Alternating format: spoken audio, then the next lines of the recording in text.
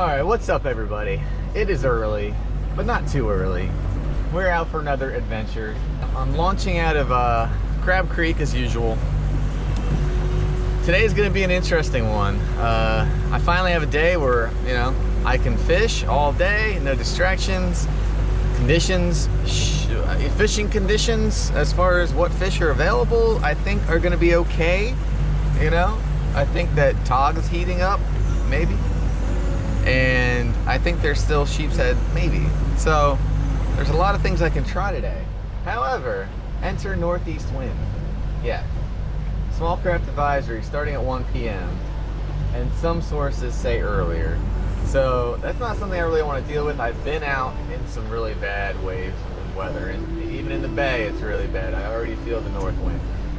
I should be okay up until at least 11 a.m. It's 7 right now. That's a long time, so we're gonna go out there. But yeah, I'm gonna try to get into some Tog and some sheep's head if I'm lucky. I wanted to try some Rex, maybe off of Rudy. That's just not happening today. But yeah, let's see what happens. I already see stuff popping on the top right here. All right, what's up everybody? Just wanted to interject very quickly. This is Google Earth, and this is the Chesapeake Bay. This is where I usually fish. For those of you not in Virginia Beach, which is probably most of you, you may not be familiar with this area, or maybe even not East Coast fishing in general. But I mentioned in the intro that conditions were not favorable, and I just want to define what that is and how it happens, right? So keep in mind, I'm also not a professional or a seasoned, captain. I'm kind of in the middle somewhere, right? But my understanding is that when there's a north or northeast wind especially, it's coming in from offshore, has all this time to build momentum, right? And that's going to create a lot of moving surface water that's going to potentially create waves or, some significant chop that's going to cause a problem, right? As a rule of thumb, typically I think anything over 15 miles an hour northeast is like, I won't even try. Anything between 10 and 15 is like, maybe, let's go check it out, right? It actually gets a lot worse when the tide's going out and the wind's coming in. The collision can create some bad situations.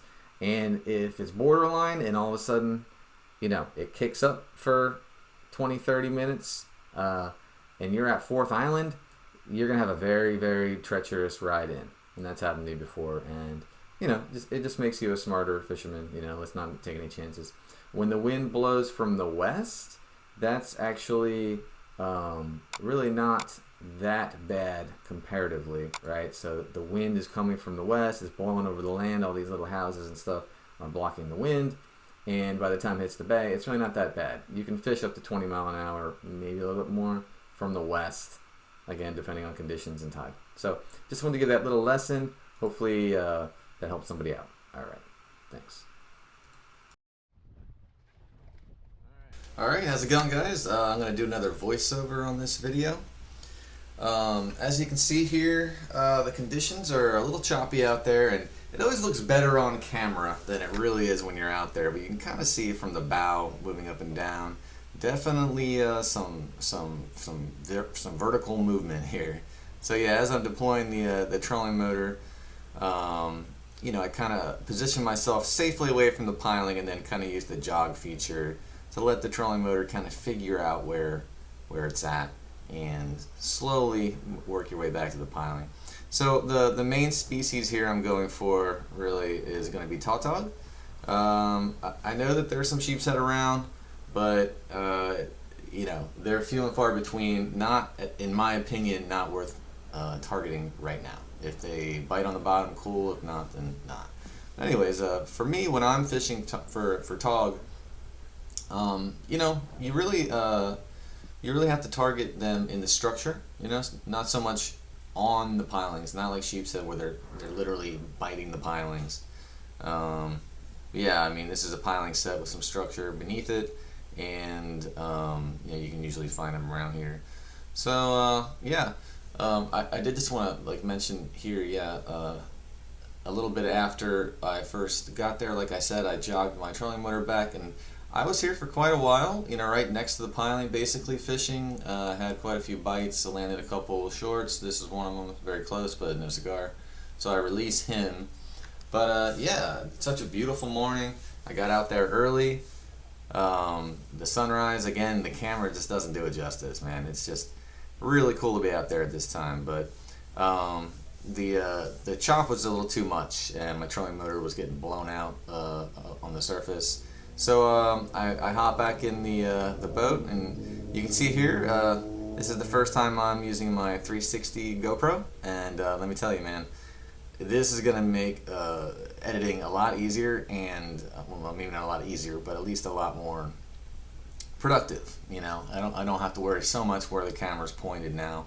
I can kind of figure out where I want to aim it while I'm reviewing the video. So anyways, I got to my new spot. I moved around a couple times, couple places. I personally, I try to find marks on the fish finder, but a lot of times over the tubes here, it's only like 10, 12, 14 feet. So it's kind of hard to see the fish. So I'm thinking about getting a live scope. Maybe that would help in these situations. But in any case, you can see here, I'm in a good spot. I'm getting a lot of action. I'm using blue crab for bait. But I keep on breaking off on something down there. So, this is, I showed it twice, but really it's like 4 or 5 times. It's kind of getting ridiculous.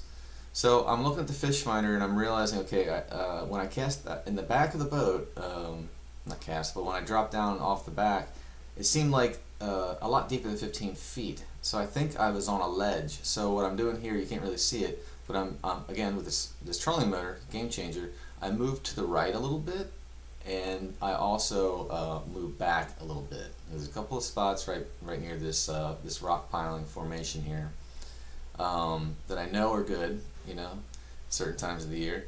So yeah, that's kind of one huge advantage of using the trolling motor is, you can do micro adjustments where that's, especially laterally, that's basically impossible when you're using just like a wreck anchor.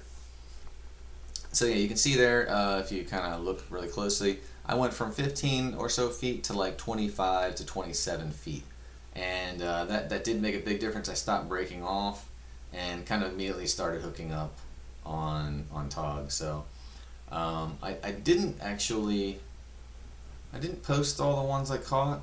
I caught quite a few ones. It seemed like a lot of them I was catching were right underneath the 16-inch mark, which is fine.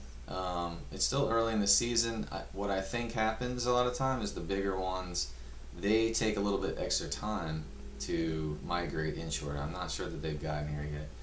Unfortunately, I just don't get a lot of time to fish. I wish I could get out every day, and I'd have a lot more insight into what happens here. But yeah, you can see here, had I pinched the tail and do all that, maybe it's 16, but to me it's just not worth taking a chance. So, I give this fish a happy release, and everybody cheers. So, yeah, the rod I'm using is a Tsunami. It's acid wrapped. It's the Trophy slow pitch rod. I do really like it. I'm still kind of getting the hang of it, you know what I mean? Just medium action rods in general. I'm very used to using a fast action rod. But I definitely see application for it, especially when you're fishing lighter rigs, which I'm not here. I'm using a 4 and then a 6-ounce sinker, but regardless, I think this one, yeah, I was thinking, wow, this is a nice fish, it's fat, it's heavy, it was a good fight, so I'm thinking, yeah, this is probably 18.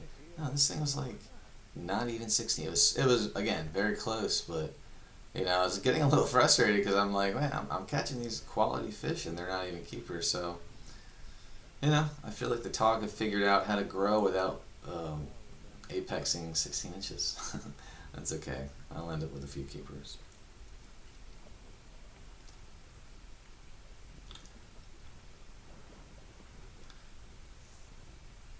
Yeah, some locals would probably recognize the spot I'm at, and that's fine. This isn't like a really secret area. Oh, yeah, that's a nice fish. Yeah. One thing about this rod that I catch one that's about 19 inches. This might even be it for all I know. And although it's nice and fun to catch them on this rod, I'm just wondering how would it handle like a 25, 26, 27-inch tug. I'm not sure yet. I'm just not sure. Um, without worrying about structure, I'm pretty sure I could definitely land it. But keeping him out of the structure, I don't know. Only time will tell. But yeah, so this is the first keeper of the trip. I was very happy. As I stated earlier, the conditions here were not great. So I would have really liked to get out there, try some wrecks, because I think fish are migrating. I think sheepshead are migrating out, and maybe some togger are heading in. So wrecks that are closer to the mouth of the bay, a little bit deeper water, maybe like 60 feet or so, maybe like the Cape Henry wreck. Off of Rudy, there's like the Santor. There's a couple other ones, but today it was just a no-go. There's a small craft advisory. Um, Realistically, I think it would have been okay, but it was either going to be northeast wind or northwest wind, and it wound up being somewhere in the middle and doable. But I did okay here where I went. So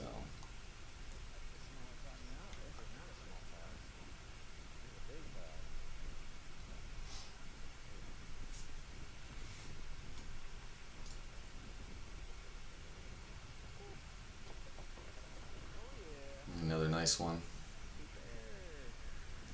Yeah, I also I'm using a chest-mounted camera for this trip, which I like it because I can put a battery power bank on the chest mount itself and pretty much don't have to worry about batteries, and that's awesome.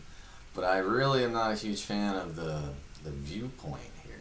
I just maybe I could try to zoom back a little bit. Sorry about that. Maybe I can try to zoom back a little bit, but yeah, I just feel like the head mounted visibility is so much better.